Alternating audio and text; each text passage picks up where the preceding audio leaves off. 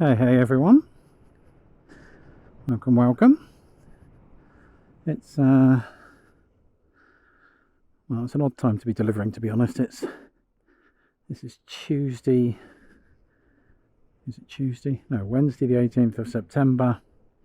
Now this is very rare for me to come out on a day like this, just simply because I work normally during the week, but I happen to be on annual leave at the moment. I've got a few extra days I need to take. So I thought I would come out and see what's out there. So I thought this might actually be a good time, as I've been doing this now for nearly a year, or just under a year, to talk a little bit about what I've learned from doing this. This is my first kind of gig economy, side hustle type job, and it's been quite the eye-opener. But I just sort of wanted to go through and talk a little bit about what sort of what have I learned from doing this? Is there anything worth passing on to people, particularly people who might think about doing this work, either as a full-time or a part-time or a second job? What are the positives, what are the negatives? So I've got about, well, I don't know how many of these I'll get through before the camera runs out. Oh, there we go, there's a first order in. Am I going to do that one? Rose's Bakers at Crosspool. Okay, I'll do it just because I'm not really sure how many other orders I'm going to get today. Alright, so I think, the first thing that I've learned really from doing this is a real positive, is that, you know what, people are pretty decent. I think I kind of knew that anyhow, but I think you kind of expect, in perhaps in this line of work, to see people at their worst or rudest or least approachable. The people who you go into sort of restaurants or fast food joints to pick up the food from may not be paid a lot, so they might be less than excited to see you. The people you're delivering to, you might assume have a certain conception of you, who you are, what you do. Again, often regard you as a an immigrant, illegal immigrant, can't speak English, etc., etc. But the vast majority of people I've interacted with have been decent people. And maybe you'll see this today as I sort of pop into shops and places. It's very rare to get any serious kind of attitude or unpleasantness or moodiness. I mean, very occasionally you do. I find it, it might be in, say, like McDonald's or something, where sort of late in the evening, people on sort of minimum wage may not be the jolliest people. But in most cases, the people are polite and friendly and... Uber. Yes, it's... Sorry, I just got way late. I'm just finishing my sandwich. No problem at all, my dear. Whenever you're ready. Is it yeah? It is, yes. But just watch this bag, love. Okay. Cheers, my dear. Thank you. Thanks, darling. Have a great one. Yeah, have you got it? Yep.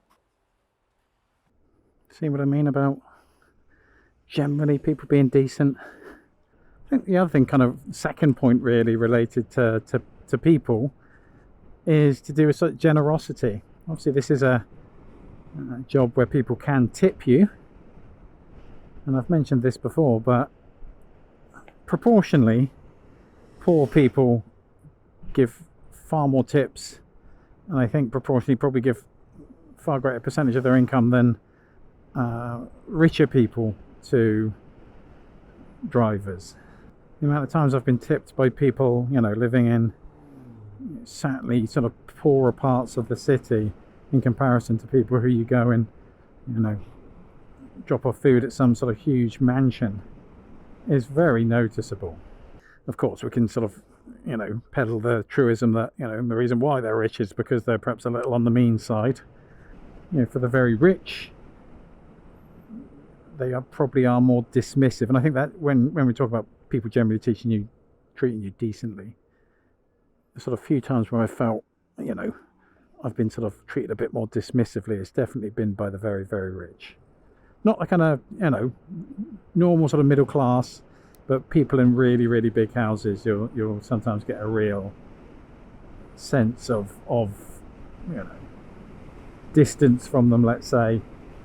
Almost like they're a little bit afraid of you as well, afraid that you're gonna, break in, attack them or whatever. Often they'll just sort of open the door a little bit and sort of take the bag from you. There's not much interaction with them. Some rich people are what can we say?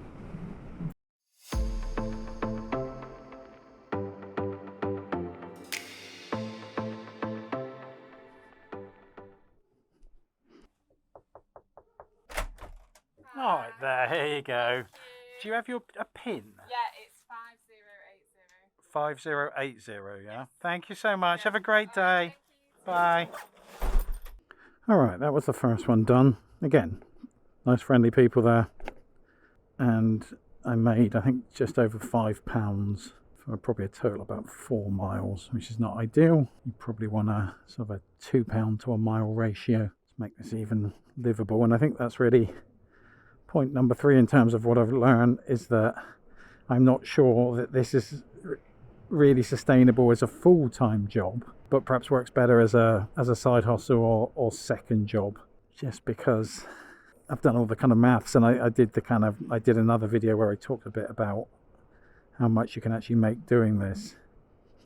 And I think if you were doing this all day long, then you're probably not going to come out with enough which is livable. Obviously it depends on your personal circumstances, who or what you're supporting, but in most cases you're in some cases you're looking at sort of sub minimum wage. I tend to go out at the best times of day to make money, 15, 16, even up to 20 quid an hour, but that's pretty rare. And if you're doing this all day and you're doing it at times of the day when people just don't tend to order that much, I would imagine you're probably dipping down. In some cases, when I've done it, I've dipped down to, £8 to £10 an hour, which is not really livable. And obviously you do have a lot of expenses on top of that. Some of those can be offset by tax or other ways to claim it. But it's just it must be a pretty thankless job to be doing it all day long. And things like insurance are pretty expensive. You got to have special insurance to do this work. So if you're on a car or a motorbike, then you're looking at 100 quid plus a month just for the insurance. As a second job, side hustle, picking up a bit of extra cash, but it's how much you're willing to give up in terms of time and work-life balance to do this as a second job and go out in the evenings and the weekends. I think if you can do it for perhaps just a few hours every few days, and you're smart about what orders you take and what orders you don't, and if you can get onto multiple different apps like Just Eat, Deliveroo, Uber, then you can earn something half decent to sort of supplement your working income. But it is going to take up quite a bit of your life if you're working 9 to 5 or whatever during the day, and then you've got to go out for 2-3 hours in the evening as well. Obviously that's sucking up a lot of your free time, family time, and you've got to ask yourself whether it's worth it. Here we go, passing Sheffield Wednesday's ground on the left there, Hillsborough. I think they won last night in the cup, away to Blackpool. They're pretty grim in the league at the moment, but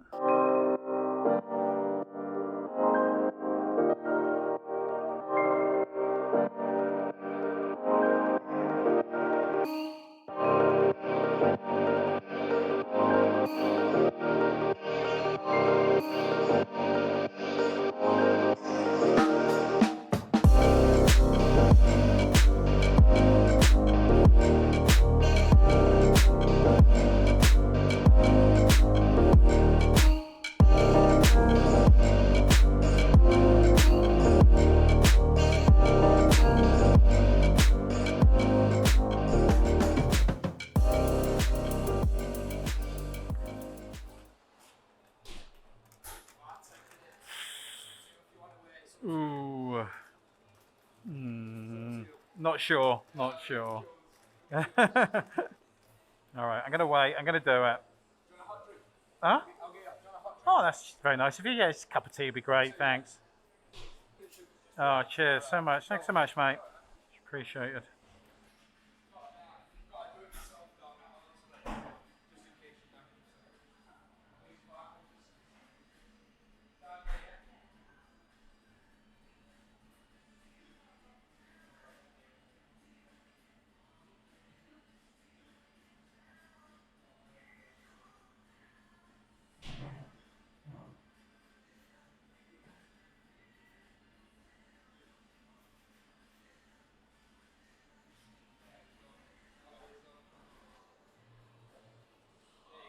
Cheers, mate. Thanks so much for everything. Top bloke you are. Well, couldn't have had a better example there of a decent guy working in Greg's. Not sure his name, but I've been there before. He's just a lovely chap. And you can see he, gave me a cup of tea, which does happen sometimes when you go to these places and you've got to wait a bit. It's so nice when they do it. And you could also see he was going over and helping some old lady sort of cut up her food because it was too hot for her. Taking it to her. A decent chap, eh? Shout out to him wherever he is, whatever his name is. Mustachioed guy in Greg's on Penistone Road near the Sainsbury's, near Hillsborough. Top chap. But I suppose the next point I want to make, or the thing I've learned really, is that this is actually quite a dangerous job. Not crab fishing, ice trucking dangerous, but certainly more dangerous than, office work. You could see earlier when I was stuck in that sort of traffic jam.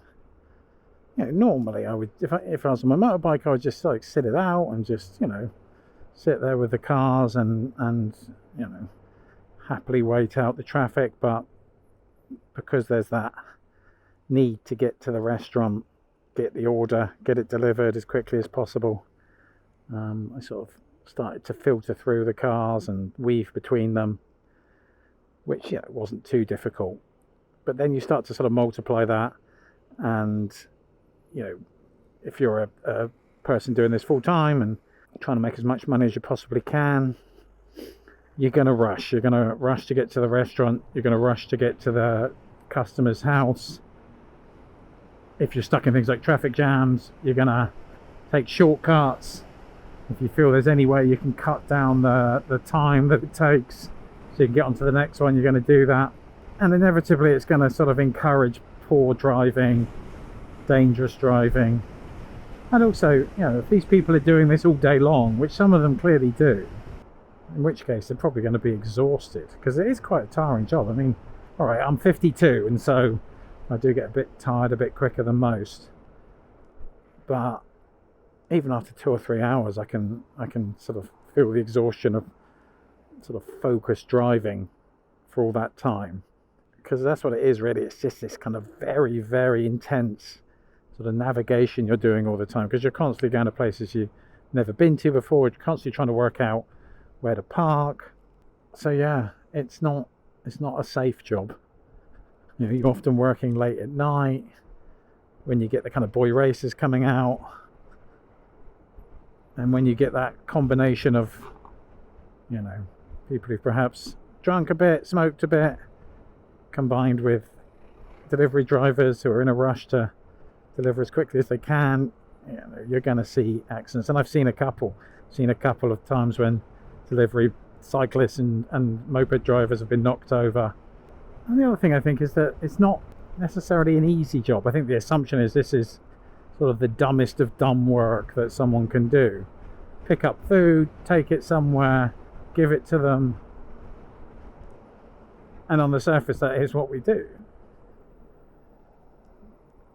But at the same time, it's a constant sort of balance of risk reward in terms of deciding which orders to take and which ones not to. Calculating kind of how far it is this going to be worth the money?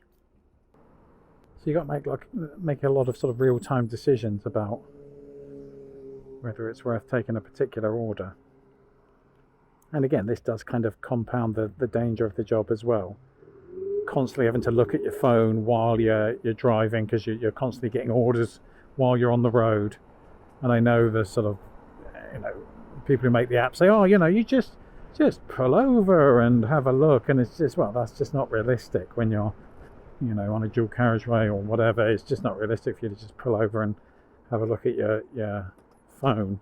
So a lot of the time you're sort of, you know, at the next traffic lights, you quickly glance at it, see if you accept the order or not.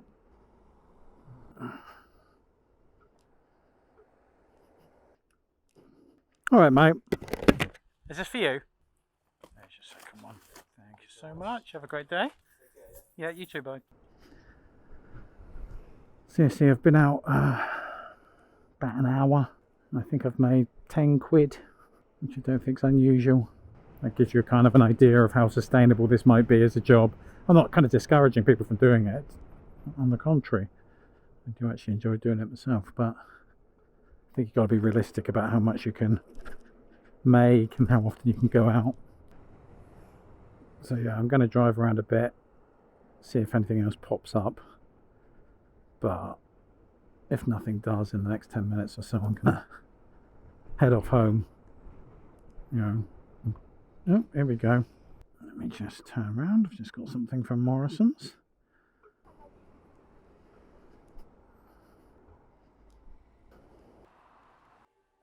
Hi there. Is this order 65?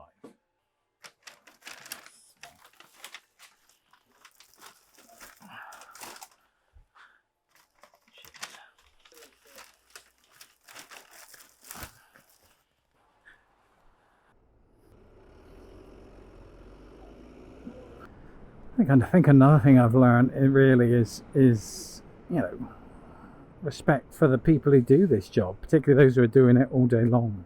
The vast majority of whom are immigrants, illegal or otherwise, not sure, don't really care. I know there's this kind of perceived wisdom of immigrants by certain people of a certain political persuasion who think that they're just, you know, sitting at home, living off benefits. I think looking at the number of people who do Uber Eats and Deliveroo and looking at their ethnicities, I don't think that's true in a lot of cases. These people are, you know, working themselves to the bone to earn a pittance. Now, who is that money for? I don't know. For themselves, for their family? Are they paying taxes? Are they not? I'm not, you know, that's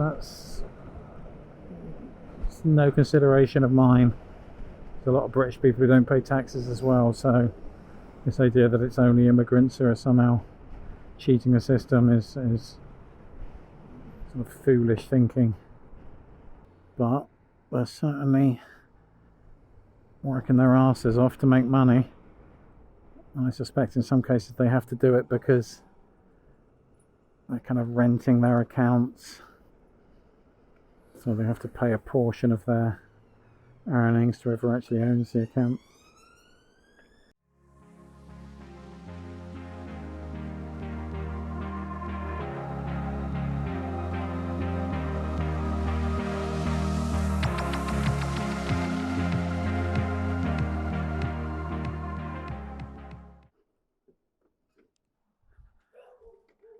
Hi there, is it? Yeah. Oh. Whew.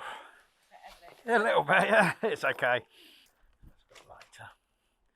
There you go. Thank you so much. Do you have your 78. 78? Thank you so much. Have a great day.